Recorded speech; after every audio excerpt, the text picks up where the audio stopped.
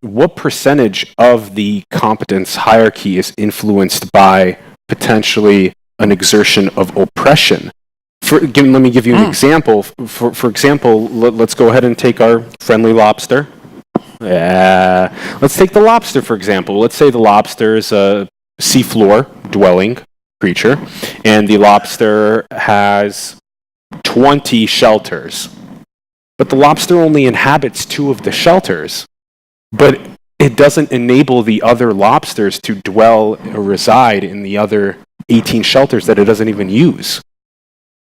Just as an example. Well,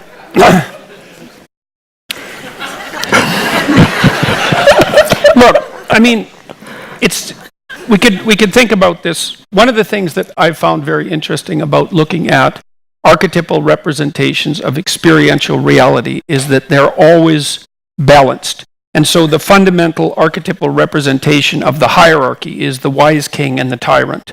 And every hierarchy can be reasonably represented with narratives involving the wise king and the tyrant. So the wise king is the part of the hierarchy that sustains itself and expands and includes more people, right? So that's a functioning polity. And the tyrant is the fact that people operating within that hierarchy can play zero-sum games, can be willfully blind, can be malevolent, can play politics, can cease to be productive, can manipulate the system for their own devices, and all of that. And it's obviously the case that every human institution, especially as they scale, falls prey to the tyrannical part of the archetype. That's why big things fall apart. Yeah.